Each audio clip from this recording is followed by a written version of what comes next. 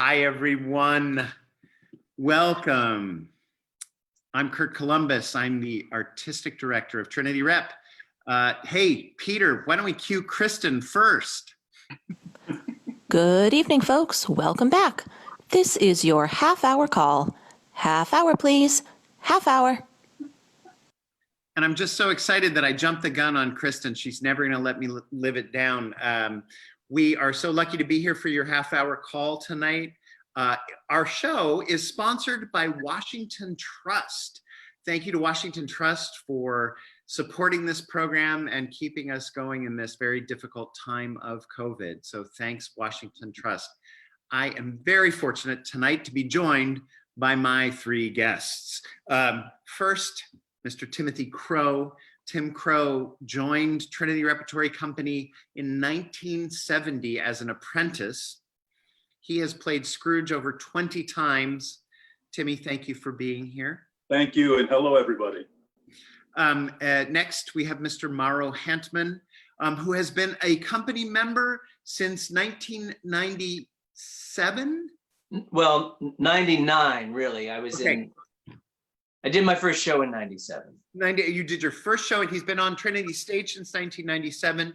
He joined the company in 99 and has played Scrooge himself twice. Thank you, Mauro, for being here. Thank you, Curt. Hello, everyone. And last but certainly not least, Mr. Jude Sandy, who joined the company it was just yesterday, wasn't it, Jude? It feels like it. It does feel like it. It does feel like it in 2013, right?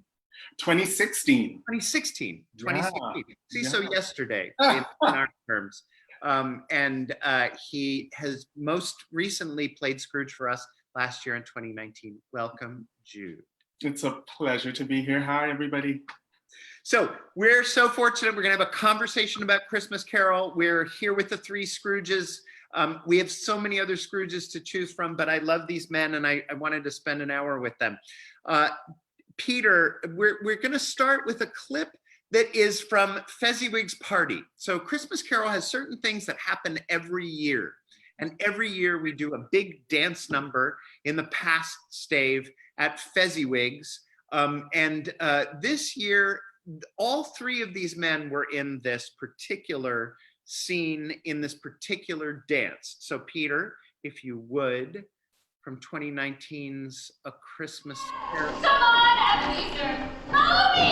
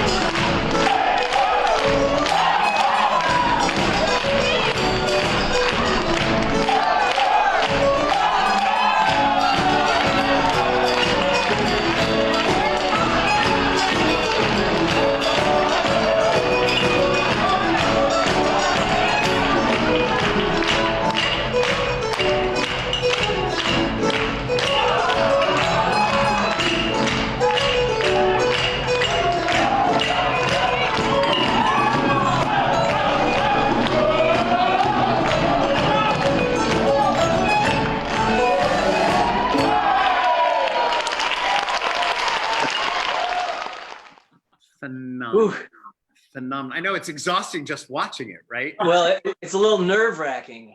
I was like, please don't let this be one of the nights when I royally screwed it up.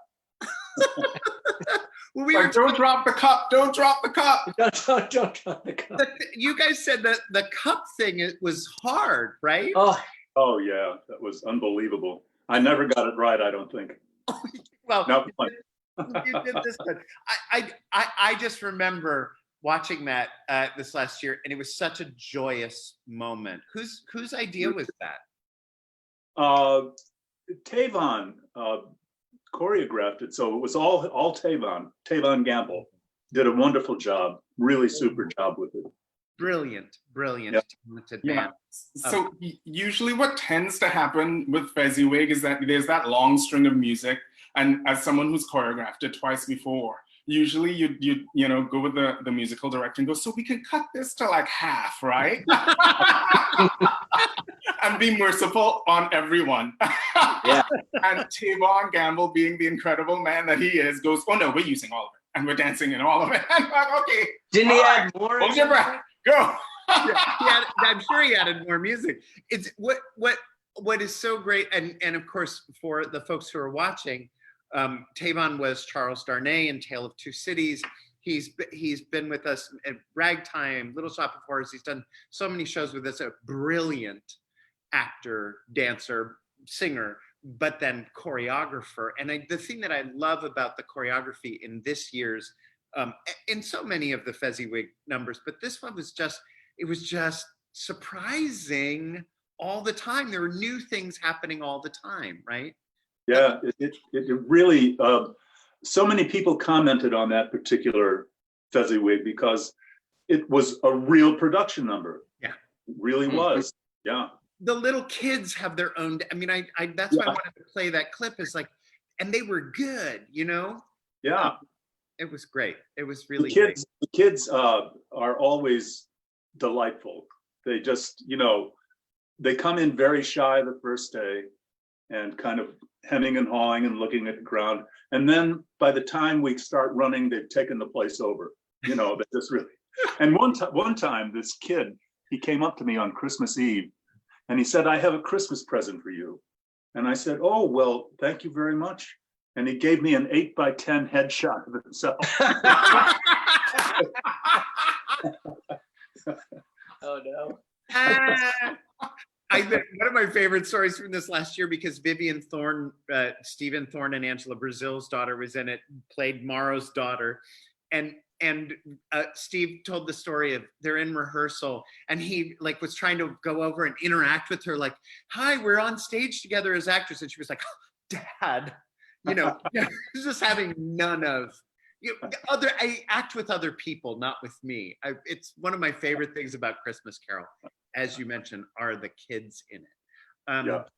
Another favorite thing are the ghosts. And so I wanted to play a couple of clips. Unfortunately, the 2 years that Mauro Hantman played Scrooge, we don't have video for, or it was erased by, I don't know, for some reason. But it's, I don't know. But we're going to talk about the three ghosts of Christmas past and play little clips for y'all. The first one is from 2012's, directed by Tyler Dabrowski. Peter, can we play that? And the beautiful Mia Ellis as past.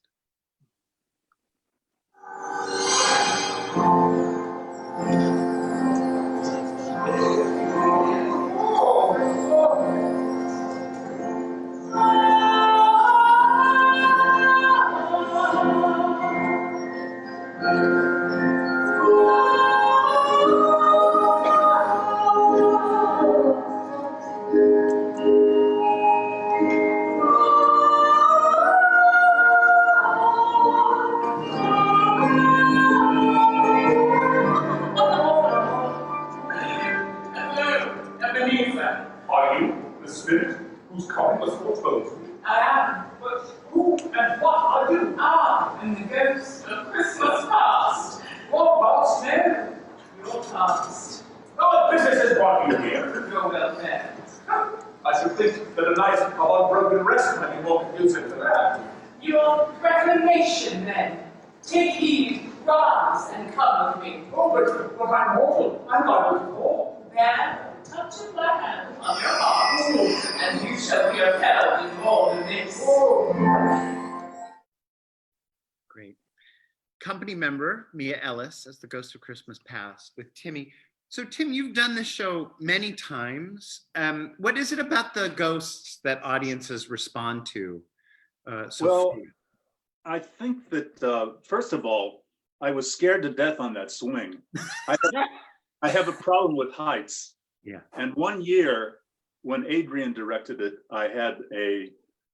I flew throughout the entire production. I was harnessed up the whole time. So it was the waddling Scrooge that year because I couldn't. But you know, one of the many charming things about this story, it is such a great story. We all have past that we, regret, that we didn't want to look at. But really what the Christmas Carol is, for me, is kind of a huge therapy session for Scrooge. I mean, in therapy, you go through your past, you go through your relationships and all that sort of stuff. And it really is very much in that vein that Scrooge, is presented with this usually very attractive creature who is, pressing his feet to the fire. Right. And Scrooge resists, and that's one of the difficult things about the role too, is not letting go too soon. I mean, you've got to. It seems to me that you've got to resist constantly. Right. Even when things are getting fairly obvious to an audience and all that stuff, but Scrooge is just blocked out. Holding on to the way he sees himself. I find it interesting that that Dickens talks about this ghost of past in the novella. She's a light from a candle, right? I mean, that's how she's described. I mean, she's got a lamp head. She's got a what? Yeah, she's right. She's got a flame for her head, right? And well, the thing is with the Dickensian description of the office and the weather outside, it's dark, it's cold, it's foggy. And so to have this burst of light is, it's a piercing thing.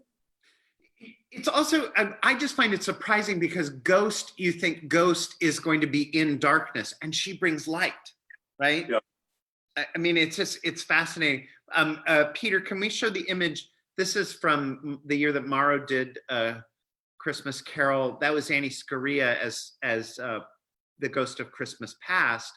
And Mauro, can you tell us about her entrance and that past? Yeah. I mean, I think the thing with the ghosts you were asking before is there's all this anticipation. I think the reason that audiences love them so much is something's coming, and Marley has built them up, and every year, every year it's a different show. So every year I think people are like, where are they going to come from? And that year Annie kind of crawled up out of a hole in the floor. Yeah. She was dressed in this sort of musty, lacy kind of flowy dress, like some sort of cobwebby, spidery ghost that, and part of it is just sort of blowing people's expectations away every year if we can. And that was cool. Tommy, the great Liesl Tommy, Broadway's Liesl Tommy, and Hollywood's Liesl Tommy, that's right. But she did some. What my favorite thing that year was the entrance of Marley. She had me up on a platform on the bed that was up high, up sort of near the grid at the top of the theater, and then and she had me looking around. And I was looking, and then everywhere except for the back of the bed, and then he sort of burst through the headboard. And then both the bed and Marley flew out towards the audience and hovered, 18 feet in the air above the audience or whatever. and he was hovering over me, and it was just terrifying. It's so great. It was super creepy. Yeah. Speaking of color in terms of Christmas Carol, one of the great descriptions Dickens uses in describing the eminence coming from Marley is, it was like a bad lobster in a dark cellar. Yeah, the note for anyone who hasn't gone back to reread the novella, it's an extraordinary piece of writing. It really is. And the past that the Liesel's year, Mar, the one that you're describing, I remember Liesel saying, I think it's like Mrs. Havisham from Great Expectations, so drawing on sort of the other traditions to layer in things for the audience to see. Now, Jude, in your version this last year, Kate decided something very different. I mean, and now it's long past, so you can tell us, but what was decided? Yeah, Kate Bergstrom, our director, did a really remarkable job in tying all these strands of memory and psychology into the storytelling. It's something that Dickens in the novella doesn't actually do. Action is psychology kind of in the writing. Yes. And she really figured out how to weave the relationships, his past relationships, his present relationships, in this really fascinating way. So it turned out that the Ghost of Christmas Past was Scrooge's sister, dead sister Fan. Yeah. And we don't have that revealed until the end of that stave. And so it gets to really, it puts a whole other dimension to the notion of Scrooge being haunted. That he's not just, that these apparitions are not incidental, but they're really deeply connected to who he is, who he has been, and what's brought him into being the person that he is, that cruel, lonely, protective human being that he is, and then really kind of makes him have to open up about his past experience and what led him here. Yeah. And to then reflect on that and make a new choice. And Kate also, that the same actor who played Past also played Fan, or also was Fan, but also played nephew or niece Frederica's girlfriend. So there was right. So she was part of Scrooge's past, present, and future. It was really fascinating. Yes. Peter, can we play this particular clip from 2019 so that we can see the Ghost of Christmas Past? Yeah. Oh no. Oh, no, no, no, no, no, no, no, oh, no, no, no, no, no, no. Hello, Ebenezer.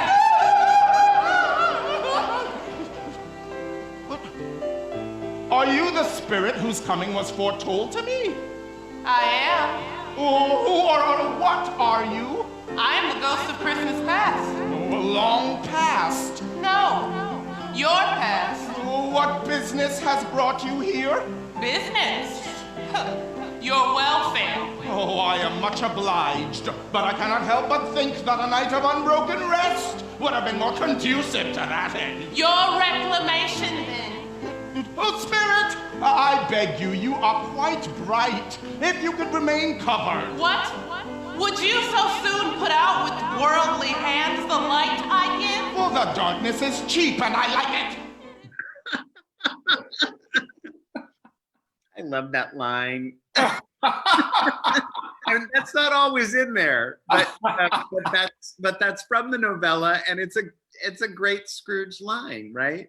Yeah, and something else that Kate did that was really, really wonderful was that she made it possible for A.J. Baldwin, who played Past and Fan, and I to have a really playful, kind of very sibling relationship, so that there was just so much play. And AJ herself, she's just such a fantastic actor that I'd never quite know for sure exactly what she was going to do to me from one performance to the next. And there was just so much love and play in that relationship.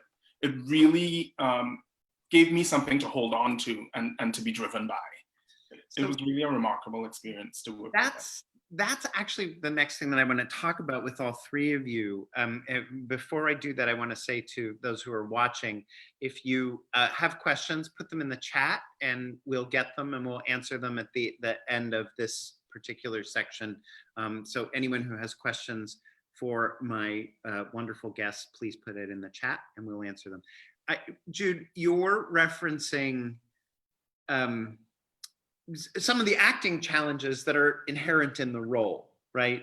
And we talked about this in our rehearsal a little earlier, and Timmy, you talked about, you know, you've played it 20 times. You talked about the scope and scale of this character and having to play this character and what that means. So can you tell folks about what it is to play Scrooge? Yeah, my take on the character is to approach it as a real acting role.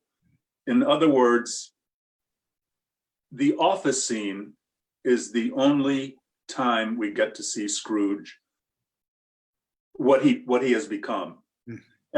After that, he's off kilter, you know, he's off his pins. And secondly, it being a 19th century piece of writing, I mean, Dickens loved the theater, and he had presentations and readings of, especially Christmas Carol, where he would, you know, take all the parts, you know. Yeah. And I think it really, from my point of view, it deserves a real 19th century size and energy. I think the material needs that support. So, you know, we all have days when we just don't want to see anybody. Of course, we've had a lot of those in a row. But, you know, you just have to get into that space where you are not welcome here. Yeah. Gentlemen, have you found similar things, Jude, Mauro? Yeah. I agree with Tim. It's definitely it's an acting challenge. I mean, I've been thinking about Scrooge a little bit lately because we were going to do this, and also because he's somebody who's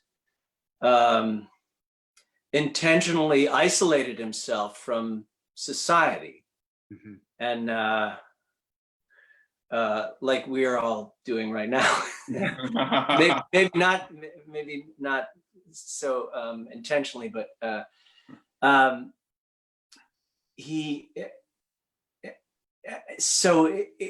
as an acting thing, you've got to somehow, it's like he shut himself off from everything on purpose in order to avoid the pain and also the joy of other human beings and the pain of all the things that he's been through and that he's lost. And so this journey, which really takes place over 90 minutes. I mean, that's about how much material there is. You've got to go from being completely shut down and totally aggressively defensive to this realization of all that you've missed over the course of a lifetime, and how wonderful it is, and how wonderful it is to be open to it. And that's a big journey to take. Yeah. In 90 minutes or 2 hours, right? Yeah. But in order to do that, I think you have to start with the pain, it fully present, but suppressed, you know? Yeah. You know, one of the things that we talked about quite a lot in our production this past year was how we could be honest about who these people are that are meeting these characters. So, you know, myself as a Black, queer, immigrant with an accent, who usually in any other play that I would do would create an American accent or whatever is called for us to actually be really frank and full about who this person is that's being placed at the center of the story and what opportunities it created, to think about this Black queer experience, immigrant experience within a 19th century context. I think it lent an opportunity for exactly what Tim is talking about, the size of the experience, and then also gave us the opportunity to speak with a lot of specificity to what Mauro just mentioned about why this person is so shut down. Yeah.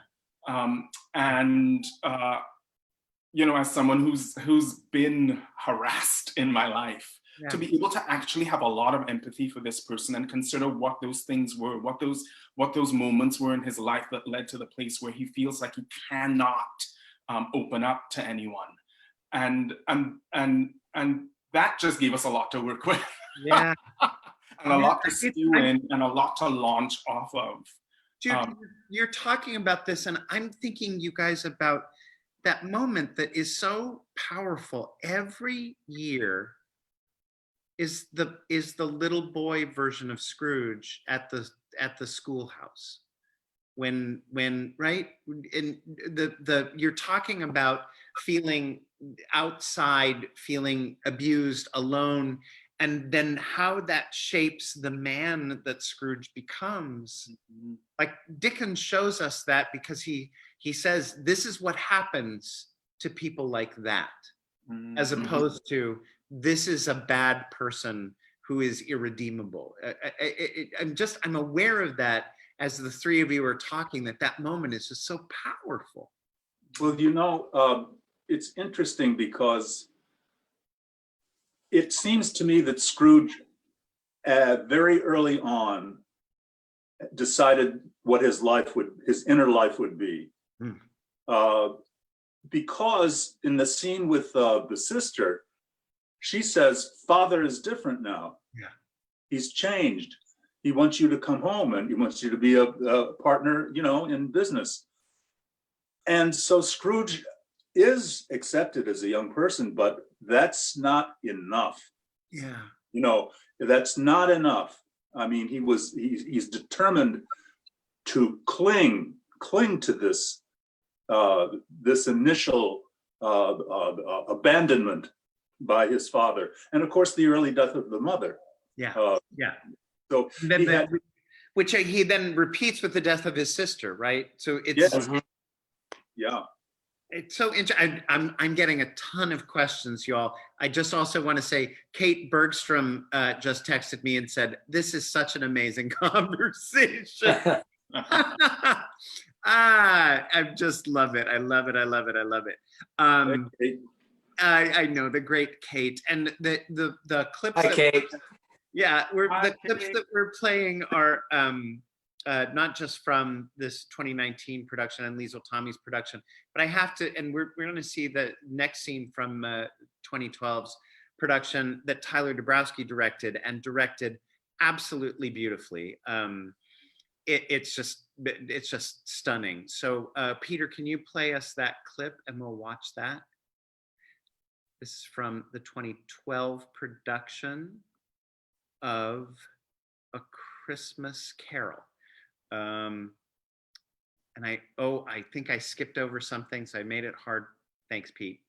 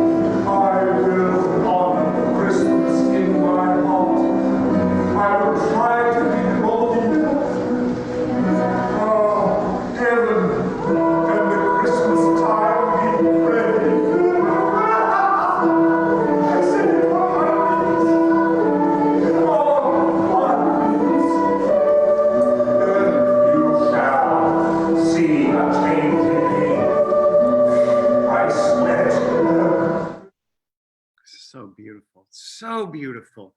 I love that production so much. That giant clock face, right? For a man who's running out of time. It just was extraordinary. And the use of music, y'all talk, I mean, Jude, you talked a little bit earlier about choreographing twice. And so you've come at it from the dance perspective. Can you talk a little bit about that perspective? Yeah. You know, we talk a lot about the fact that when we produce shows like this, right? Our acting company, we're not specifically a dancing, singing company. And it's really easy to think of that as an obstacle to be overcome. And I think, however, on the other hand, it actually ends up being, it proves itself an opportunity because it gives us a chance to create something that feels very grounded, very human, and therefore very open to the audience. It ends up being a really important element in how the story reaches out to the audience, pulls them in, involves them. You know, we tend to do this production so non-traditionally. We've done it, you know, on the thrust. We've done it in the round. We've had platforms all over the space. So there's a way in which the music and the dance work also is an opportunity to really envelop the audience with the story. And it ends up being some of their favorite moments in the play because you almost feel them dancing along with you. Yeah, and I remember meeting with Tyler before rehearsal started. And the first thing I said to him was, hire singers. Because I was 1 year during the reclamation, I was laying on the stage. They were singing and it just collapsed. You know, it was awful. I was glad I was down on the ground. And after that, I just said, you know, you've got to get some singers in here because it just adds so much. Yeah.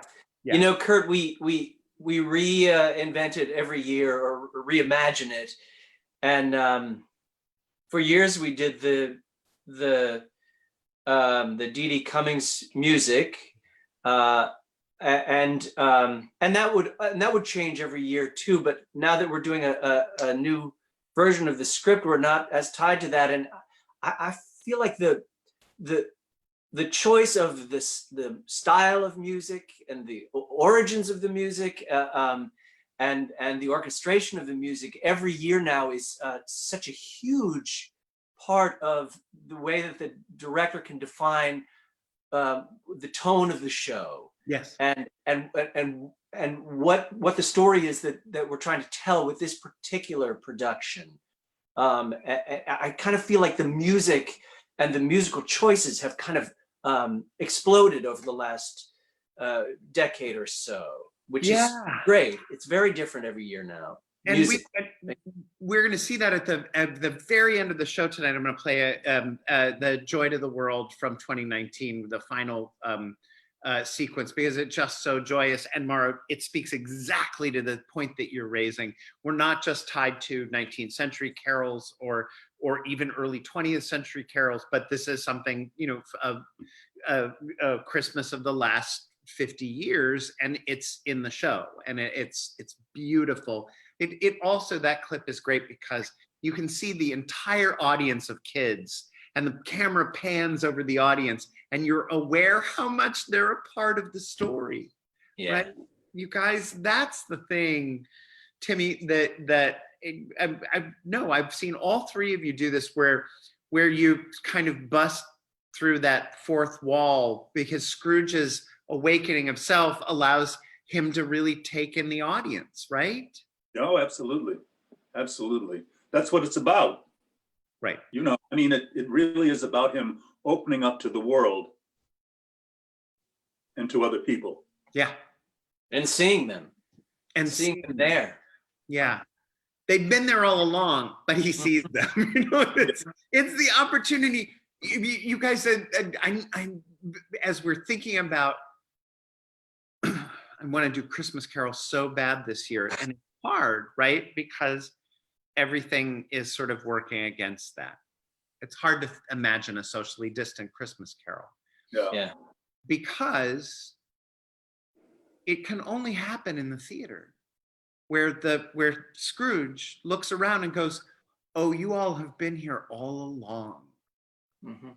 It's my Right. problem that I haven't seen you. You've been here." And so it's beautiful. Oh my gosh. I have so many questions that I've been getting. And also another message from Kate Bergstrom. "These three men are spectacular. What an honor to have worked with them all and to hear about this beautiful Scrooge journey. I'm moved to tears by this beautiful moment." Well, Kate, you're moved to tears a lot. I had to say that, Kate. I had to say that. All right. This is one of the few opportunities you've all had to be different characters in different productions of the same play. What is that like? Well, yeah, every year it's a different show, so every year you have to start fresh. I mean, I will say that I've played a lot of the characters, and I definitely have those that I really look forward to playing, and those that I cross my fingers a little bit that I don't have to play again. But yeah, I mean, everybody's got something fun. It's such a, it's sort of like an olio of like all these, there's all these characters, and they're Dickensian characters. So everybody's sort of delightful, Yeah. You experience the piece in a different way, coming through a different door with different intentions, different background. So it's a new Christmas Carol in that sense, I mean, I remember loving playing the Undertaker's man. I had a ball with that, It was totally shameless, but I had a ball with that, But no, it was you just experienced the piece in a totally different way, playing other people. I think I played just about every male character. I've never played, well, one season, Brian McElhenney directed it, and I was sort of a narrator type person who played all the different spirits, and I was just adorable as Turkey Boy. Yeah. So, I can confirm that. It was probably my favorite Turkey Boy out of a lot of great Turkey Boys. I Right. was watching that, and I couldn't believe what I was seeing. Yo, that's It was, in fact, I might go so far as to say it was your finest work, Tim. Jude, you were going to say something about playing different characters in the same piece. Yeah, well, not even so much about the different characters, but just getting to, my first theatrical Christmas Carol was as a student at Brown Trinity, my first year, watching Brian McElhenney play the role, right, who then went on to direct other people. And so what I'm constantly struck by is just how much legacy is contained in this show as it gets renewed over and over again every year. So I kind of grew up as an actor because, as you know, my first acting was in grad school. I kind of grew up as an actor watching these incredible artists taking on this role and then switching roles, taking on other roles. So, when you get to enter it finally, I remember sitting, up on the benches, looking at Tim going, oh my gosh, I want to do what he's doing one day. Because you're so moved by what they're creating. All of the fullness of emotion and experience and transformation that gets invoked by this story. So to then be able to enter into it, and I go back to my experience as as a Black queer immigrant artist, member of this company, member of this community, you know, that you really get to relish, from my point of view, getting to be one point in reflecting the real richness of our community, of our fuller, larger Providence and Rhode Island community. And so my experience of it now is, how wild can we get? I want to see Phyllis Kay's Scrooge. I want to see Rachel Warren's Scrooge, because it really makes us think about how many of us get to be included in this myth that's so central to us experiencing our community together. This is, you know, I've been thinking a lot about this because I confessed to you all earlier today that we're working on Don Quixote with our Teatro Nel Verano company, and Marcel Mascaro, who's directing, was saying to me, there's so much in this story that is at once of its time and therefore off-putting and so modern. And you find with Dickens as well, with this story, it has the capacity to like expand to include the moment that we're in, right? And you acknowledge this, and Mauro, you acknowledge this, and Jude, the moment that we're in is contained in A Christmas Carol, something that Dickens wrote to make money in the 1860, I think is 1861. Anyway, you know what I mean? It's kind of shocking. Well, it helps too that Dickens was an extremely socially conscious person, so he had all that stuff always in his brain about the inequalities, the structural inequalities in his society, and was constantly battling that. Yeah, I was admitting to these guys earlier that Nate and I were talking about ignorance and want, and that there's that great moment where the Ghost of Christmas Present says they are man's. This is ignorance and this is want, and beware them both, but beware most this child that is ignorance, because it is doom I see written upon their brow. You know, wow, that is relevant to today. There's another thought that strikes me too, in that Scrooge becomes responsible for himself and for others. Mm-hmm. He says to Cratchit, I'm going to double your salary. I'm going to take care of Tiny Tim, all that thing. There's so many people today in our political world who have abdicated responsibility, and we are all paying the price. Right. And let's hope it ends soon. Yes, and so that people learn the lessons of A Christmas Carol. That's exactly right, Timmy. All right, guys, I could talk to you guys all night long. What did you each do to prepare for the endurance that the role requires?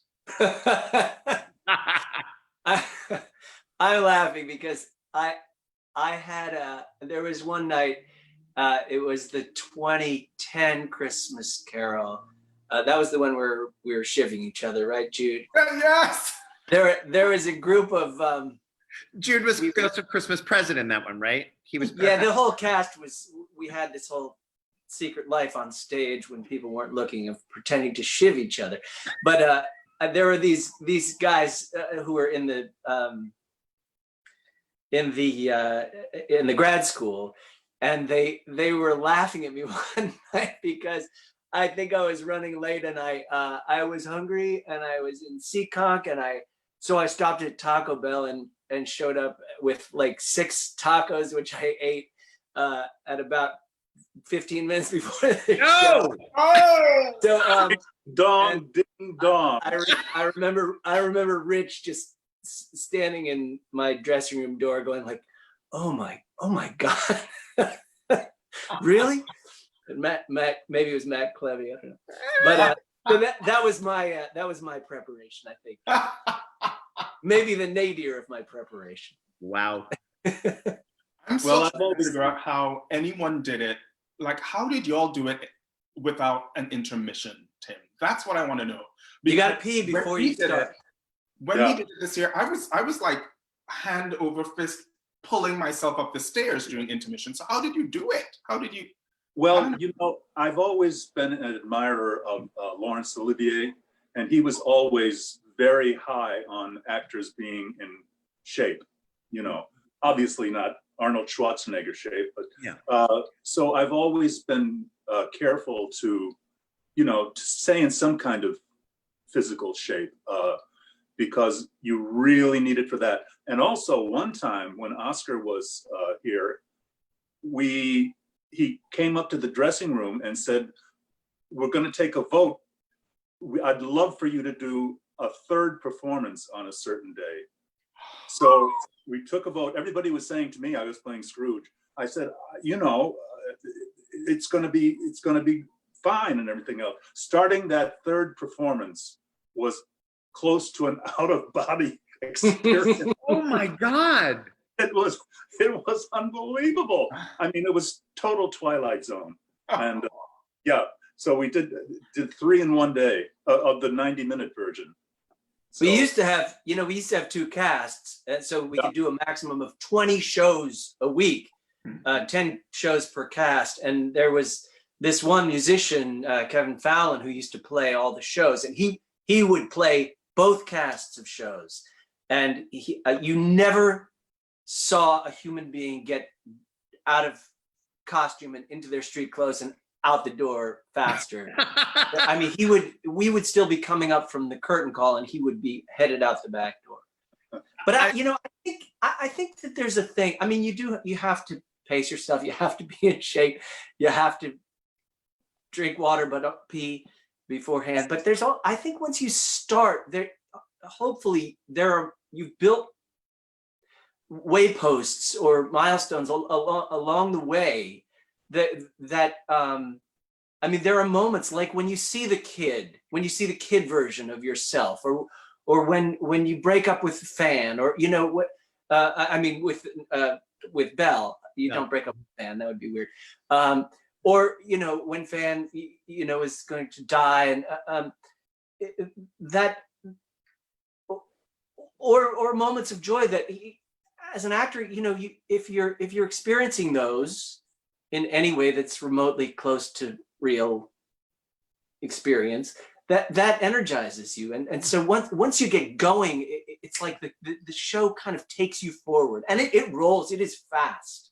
Things happen quickly. Yes. It's before the show that you're like, oh my God, how am I going to do 10 of these?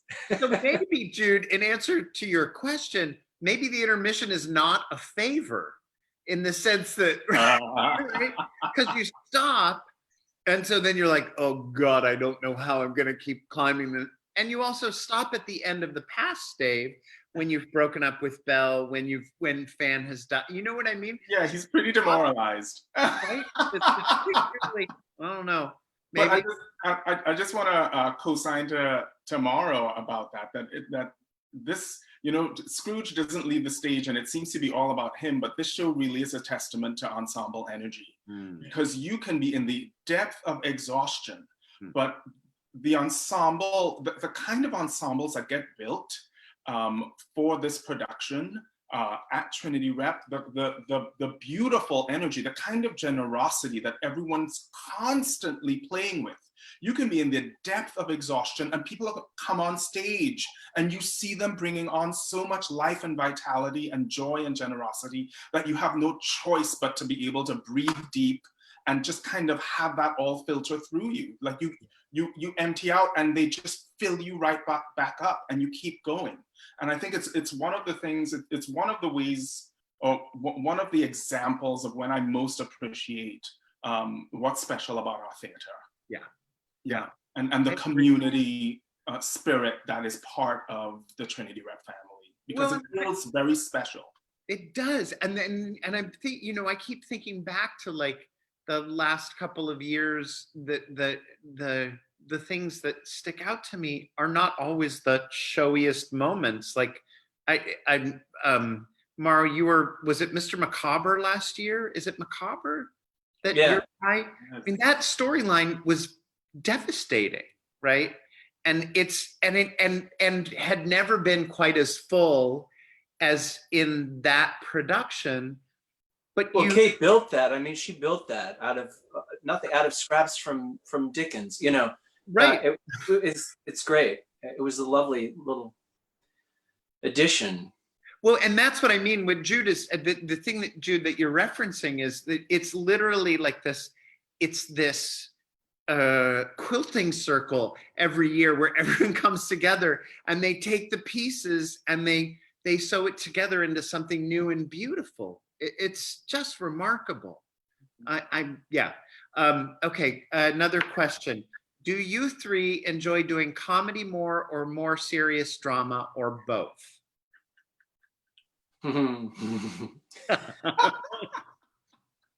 Well, It depends on the last show I did. Yeah. For me, I think one of the highlights in my life was doing School for Wives, that Richard Jenkins directed, and he did a fantastic job. Oh, yeah. And it was the Richard Wilbur version, which is rhyming couplets, which you would think could be boring, but I mean, it's so inventive and so funny, and it just that to me was the highlight of my life on stage. No kidding. Yeah. And probably one of the harder things that you've done. I mean, that people think that serious drama is like the hardest thing that you can do, but it's serious comedy that's hard. I mean, I don't know. That's my opinion. I absolutely agree. I do not find anything more intimidating than being challenged to create like deep belly laughing kind of comedy.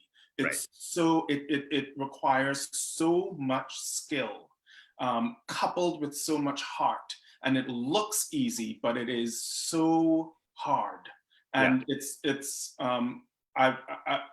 I've begun to mature as an artist, I appreciate it more and more and more what really great comedy can do. Great comedy. Nothing else can. Yeah. And I agree. And to pick up on what Tim was saying about School for Wives and Jude, I think a really a comedy that's done really well. It has to be well written, but also well directed and really examined.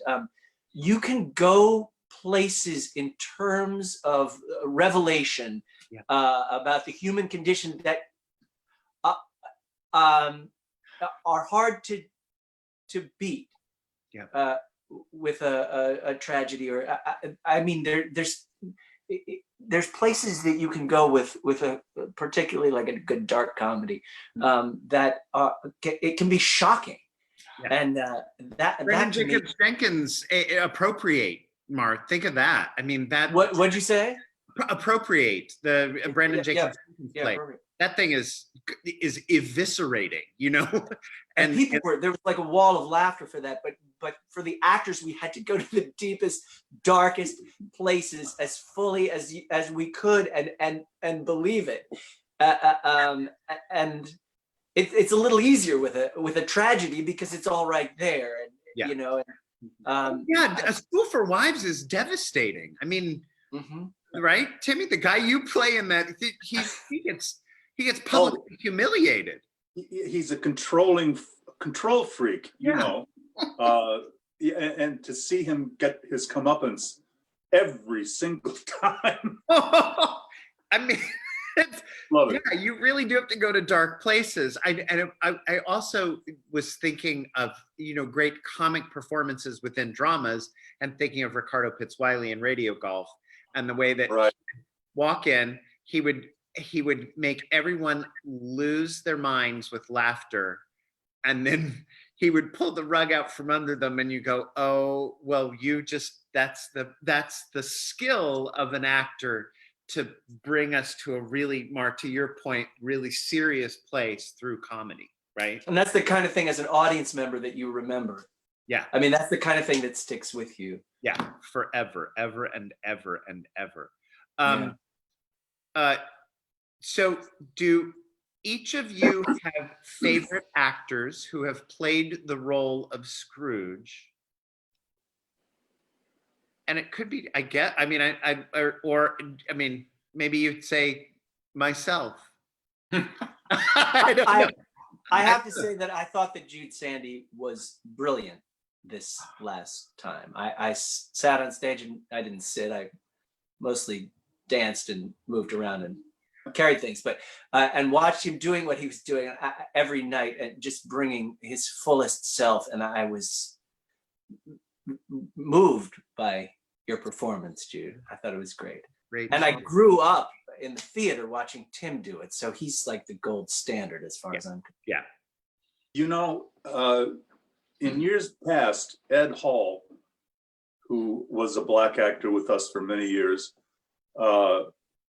sadly not here anymore. Yeah. You know, Ed had a dark edge to him that just fed so well into the Scrooge that he did. He did it several times. And he just, and so that the reclamation had a real sense of beauty about it. I remember him very well doing that role. Yeah. Yeah. Jude, do you have a favorite that you could mention? Again, for me, it's impossible that, and Mauro, thank you, but I go back again to just the legacy that, you know, as the last person to do it, like there's just so much legacy that I've been able to draw on that I was stealing from everybody.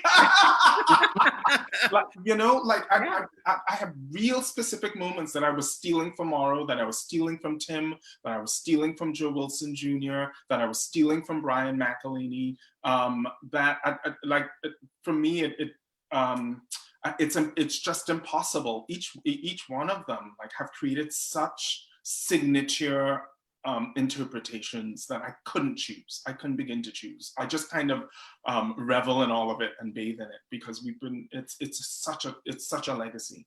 That is such a beautiful way to close our show this evening. I just have to thank the three of you gentlemen, three of the most beautiful men that I know. I'm just honored and delighted that I got to spend this hour with you. We're going to go out by playing you a little clip from the very end of the 2019 show, because who doesn't like listening to Joy to the World? We're not going to be back next week. We're going to take a couple of weeks off and be back July 23rd, but we'll send you information about that. Thank you all for being here tonight. Thank you to Washington Trust for sponsoring. Peter, let's play us off with Christmas Carol.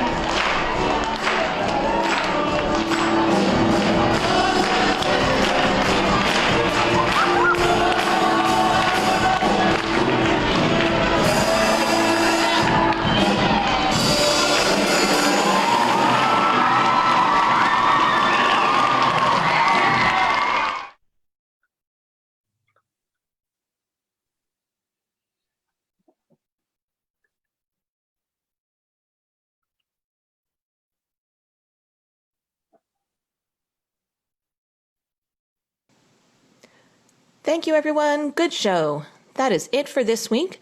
We are back again next week at the same time. Once again, we are back here next Thursday evening for a 7:30 p.m. half hour. Thank you so much. Have a great night and a great week.